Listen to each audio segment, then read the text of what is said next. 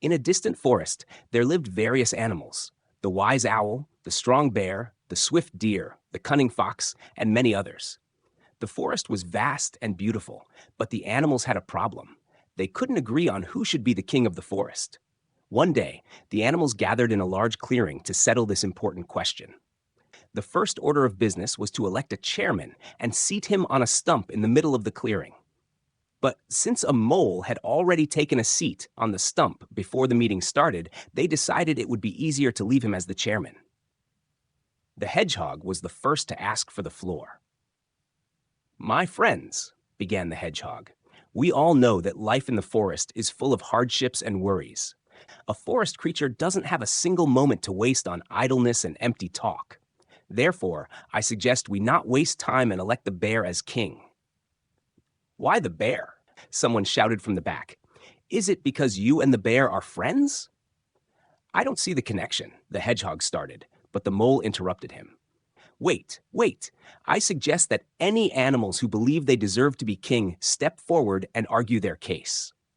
Everyone agreed. The owl was the first to speak. "Brothers," began the owl, and in response, all the other owls in the clearing nodded in greeting, and all other creatures, the owl addressed the rest of the animals. "I believe that the king should be someone who possesses wisdom and knowledge. Without wisdom, any rule would be ineffective. I know how to govern the forest so that everyone can live well." The bear, hearing this, rose and growled.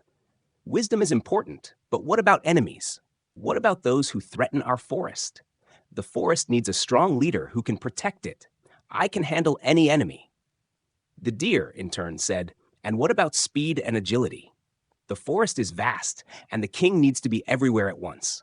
I can quickly reach any corner of the forest and help those in need."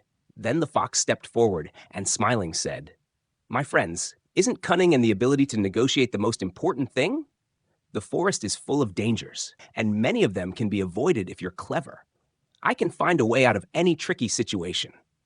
The animals thought about it because each candidate was right in their way.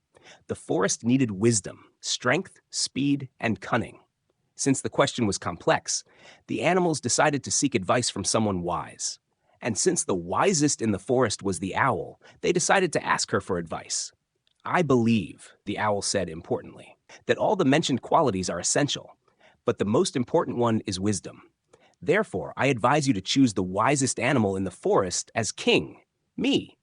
All the animals in the clearing burst out laughing, and the owl, offended, flew back to her branch. "I think," said the mole, "that we won't reach an agreement this way. But here's what I suggest. Let no single animal become king. Instead, we'll form a council with the owl, the bear, the deer, and the fox. Each will be responsible for their domain: wisdom, strength, speed, and cunning, and all important decisions will be made together. This way, order and harmony will reign in the forest, and we, the forest dwellers, will live in peace and unity, knowing that all our interests are protected and considered." All the animals liked this suggestion. From all corners of the clearing came approving howls, grunts, and squeaks. Even the insects, although they had no vote, buzzed favorably. The council members also agreed. The owl hooted approvingly and flapped her wings. The deer stomped his hooves. The fox fluffed up her red tail. And the bear roared and approvingly slammed his paw on the stump, splitting it in two. Luckily, the mole wasn't hurt because he had time to jump off the stump and run away into the dark forest. Then the hedgehog asked to speak again. "Friends, I am an old, wise hedgehog who has lived in this forest for as long as I can remember. You all know me well. I never give bad advice." "Is that like the time you suggested putting the bear in charge of guarding the honey?" someone shouted from the back. "So what?" the hedgehog asked indignantly. "I'm sure the honey will eventually be found, and then you'll all be ashamed." "But that's not what I'm talking about now. I like the idea of the council. But why do we assume that none of our candidates possesses all the necessary qualities?" "Does someone possess them?"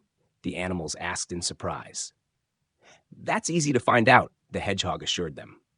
"Let's hold a tournament among the 4 candidates where they will compete with each other in each of these qualities. To test strength, they'll wrestle with each other. To test wisdom, they'll ask riddles. For speed, they'll race. And to test cunning, they'll try to outwit each other. And whoever wins will become the king." The animals found this suggestion reasonable and decided to start the competition without delay. The first to wrestle with the bear was supposed to be the owl, but she showed wisdom and flew away. The second to wrestle was the deer, but he showed speed and ran off. Puzzled by the loss of competitors, the animals surrounded the fox from all sides, and to ensure she wouldn't get lost, they decided to escort her to the center of the clearing, where the bear was already warming up. But then the fox said that she had to speak with the deer and the owl to find out what had happened to them. The animals believed her and let her go. Here's how the bear became the king of the forest. But he didn't forget about the hedgehog either.